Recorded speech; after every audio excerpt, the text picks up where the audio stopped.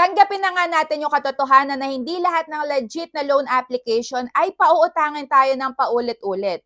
Dahil meron pa rin talaga na yes, maaasahan sa una pero pagka nagbayad tayo ng advance or isang bagsakan na pagbabayad, kapag nag-reloan tayo ay talagang rejected pa din. So sa video nga na to, sa vlog ko na to, i-share ko sa inyo yung top 4 na gamit ko na loan application na legit. Pauutangin tayo kahit na anong oras, kahit na gabi yan, kahit anong oras, isesend pa din sa atin sa may GCash natin yung i-reloan natin or ilo-loan natin. So ito mga legit and sana matulungan nga din kayo sa oras ng pangangailangan nyo.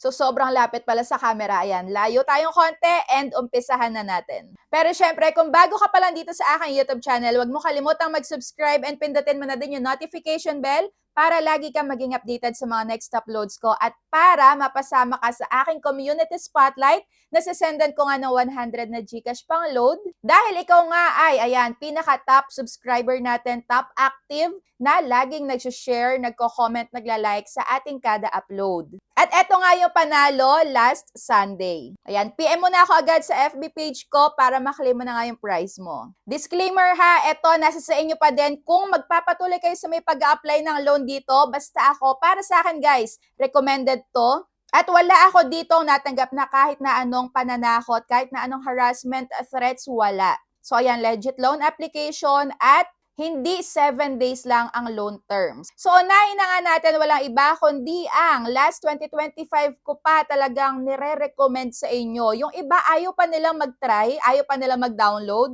Kasi doon nila inuunang mag-apply sa may mga bagong labas lang na akala nila mabilis mag-approve, pero mga too good to be true. So, ito nga, ang una natin, walang iba kundi ang Casialo, na hanggang ngayon nga marami pa ding nagpi-PM sa akin at meron din ako in-upload sa may FB page ko na may almost 100,000 views na din. So kung di mo pa napapanood yan, ayan, pwede mong mapanood lahat ng pwede mong malaman sa my Casialo loan application. So ito nga, nag-try ako and 7 PM na nag-approve pa din sila sa akin.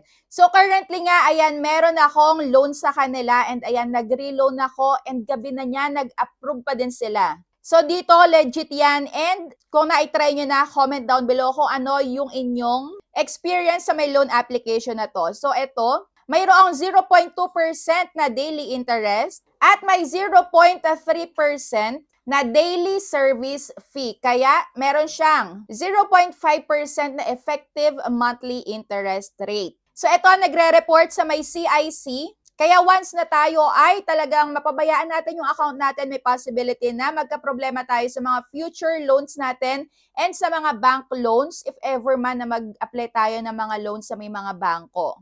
O di ba biruin nyo, gabi na, once na mangailangan kayo, aaprobahan pa din kayo. So dito, nag-a-update sila kung pwede ka na mag-advance ng payment. Ayan, mga 2 days before your due date, mag-text na yan sa'yo or pwedeng may tumawag din na inaantay na nga daw nila yung pinaka-repayment natin. So, nun pa lang kayo mag-a-advance ng payment sa kanila. Huwag yung sobrang aga na 1 day pa lang, 2 days pa lang, babayaran nyo na ng isang bugsuan. So, huwag ganon. Para ma-maintain nyo nga yung inyong good credit standing sa kanila. And isang kinagandahan ko dito na kahit na anong oras nga aaprobahan ka nila, is against sila talaga sa may harassment. So, kung kayo ay mayroong ma-experience na may agent na nanghaharas sa inyo, pwede nyo nga i-report yan sa kanila. Meron silang FB page, meron din silang customer service dun sa kanilang pinaka-application or i-email nyo sila about dun sa may agent na yon at yung number na ginamit. So, yan na nga yung top 1 natin na talagang kahit anong oras, aaprobahan ka. So, ang pangalawa na nga natin, ito ay ang Cashify na dating Casiola. Ayan, nag-rebrand sila. Dati silang Casiola, ngayon ay Cashify na. So, ito talagang maaasahan din and ayan, walang bawas dito. I forgot, wala ding bawas sa may Casialo. So, dito sa may Cashify, ayan, nabayaran ko na din yung in-loan ko dito. Ilang beses ako na overdue pero still pinapa-reloan pa din ako. And ang baba lang dito ng penalty fee, nasa 25 pesos lang, nasa 4 pesos lang, sobrang baba lang. Ayan, 1% ng pinaka-total amount due mo yung pinaka-penalty sa kanila. Kaya ayun, okay na okay ako dito sa may Cashify. And yung unang try ko dito, guys, ayan, 180 days to pay, yes. Meron siyang 2 terms, 3 terms, 5 terms, at 7 terms. Pero nung reloan ko na, nawala na yung 2 terms nila. So, naging 3 terms, 5 terms, 7 terms na, and 15 days to pay. Dito pala sa may kasyalo, nakalimutan ko ulit, ito ay one-time payment lang. Ayan, na 30 days to pay. So, dito sa may Cashify, meron ditong pangilan-ngilan na mga, ayan, tatawag na din mga 3 days before your due date. Pwede mong sagutin or pwede rin namang i-ignore. Basta dito, once na maaprobahan kayo sa may Cashify, ayan, alagaan nyo din yung account nyo dahil maaasahan din sila. And kung swak sa inyo yung terms nila, pwede nyo panoorin yung video ko dyan about sa may Cashify kung paano mag-apply ng loan. Ayan, basta disclaimer, once na makita nyo yung lahat ng loan details, yung agreement, yung terms and agreements, kung okay sa inyo, ayan, pwede nyong i-accept ang loan. Pero kung hindi, kung napapangitan kayo, hindi swak sa inyo yung loan terms and agreements nila, yung loan details, at yung due date, huwag nyong itry para less sakit din ang ulo. So ito, wala pa ako dito natatanggap na kahit na anong harassment. Kahit na ma-overdue ako, ayan, okay makipag-usap yung mga agent. Ayan, sa may text message, okay din sila. Pero comment down below kung ano yung na-experience nyo dito sa my Cashify. Pero ito, kahit na anong oras, nag-a-approve din sila. And ngayon nga, kahit na bago kang apply pa lang sa kanila, marami ko nakikita dito na naa-aprobahan din. So ayan, comment down below kung first timer ka and naaprobahan ka din dito sa may Cashify. Basta less, iwas sakit ng ulo. Pag hindi nyo kayang bayaran sa may pinakitang due date, wag na pong i-accept. Ayan, medyo hindi pala tayo nakapag-lipstick ngayon. So ayan, mag-lip tint muna tayo at ito yung gagamitin ko, yung Careline na jelly tint. So ito, pwede siya sa may cheeks and pwede din sa may lips. And medyo matamlay ang ating lips, konti lang. Diba, bongga, cute. Ang ganda na tong Careline na to, guys. O diba, pak na pak. At ang pangatlo na nga natin, walang iba kundi ang S-Loan. So dito, naku po, kahit na paulit-ulit ka ditong mag-loan, for example, meron kang 20,000 pesos na credit limit sa kanila, kahit na sunod-sunod sa may oras na gusto mo, ayan, 1:00 ng madaling araw, 2:00, 4:00 ng umaga, 12:00 ng hating gabi, aaprubahan ka niyan. And ako nga ay may 60,000 pesos na dito na credit limit and talaga nga namang maaasahan to kahit na anong oras, I swear. Basta kayo once na mabigyan kayo ng credit limit dito, alagaan nyo kasi aalagaan din kayo niya sa oras ng pangangailangan nyo. So kung na-try nyo na din tong S-Loan na makikita sa loob ng Shopee application, ayan, meron din sa akin nag-PPM, saan daw po ba makikita yung pinaka-S-Loan? Ayan, open nyo po yung Shopee application nyo, make sure na ina-update nyo yan lagi doon sa may pinaka-Play Store or App Store para makita nyo nga na, ayan, meron na pala kayong offer. Kasi yung iba, hindi nila ina-update, kaya hindi nila nakikita yung pinaka-S-Loan na, ayan, feature dun sa may Shopee application nila. I-up-to-date nyo, kasi mamaya meron na pala kayong offer, hindi nyo namamalayan. So dito sa may S-Loan, currently meron akong 4.95% na interest monthly, sobrang liit.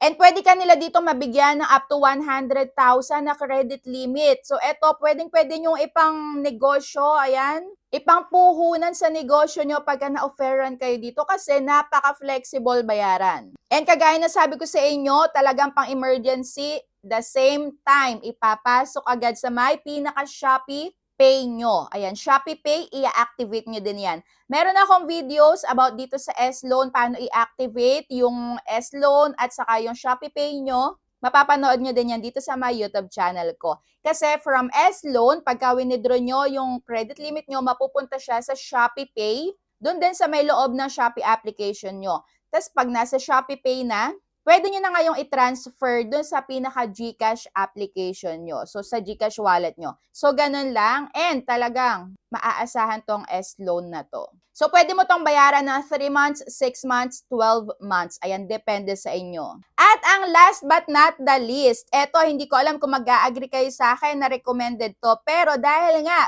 emergency, loan application yung pinag-uusapan natin, pasok pa din si Mr. Cash. Etong si Mr. Cash, uunahan ko na kayo, meron ditong pangilan-ngilan na mga pananakot, lalo na pag kayo ay na-overdue. And dito, medyo mataas ang kanilang service fee. and hindi siya buong matatanggap. Ayan, inuunahan ko na kayo para ayan, alam nyo agad kung ano i-expect nyo dito sa may Mr. Cash. Pero dito, natuwa ako dahil napakabilis nila magtaas ng credit limit, guys. Ngayon, 2026, biruin nyo, umabot agad ng 40,000 plus yung aking credit limit dito. Nagulat ako kahit hindi ko ginagamit, tumataas yung credit limit. So, yun yung kinagandahan nila dito na doon sa may legit na loan application, ang tagal mag-increase ng limit. Pero dito sa Mr. Cash, nag-improve sila. Pero, ayan nga, hindi siya buong matatanggap. So, dito sa may Mr. Cash, nag-apply ako. 9 p.m. na, inaprubahan pa din ako. So, currently, meron ako ditong dalawang, ayan, multiple loans sa kanila and 13,500.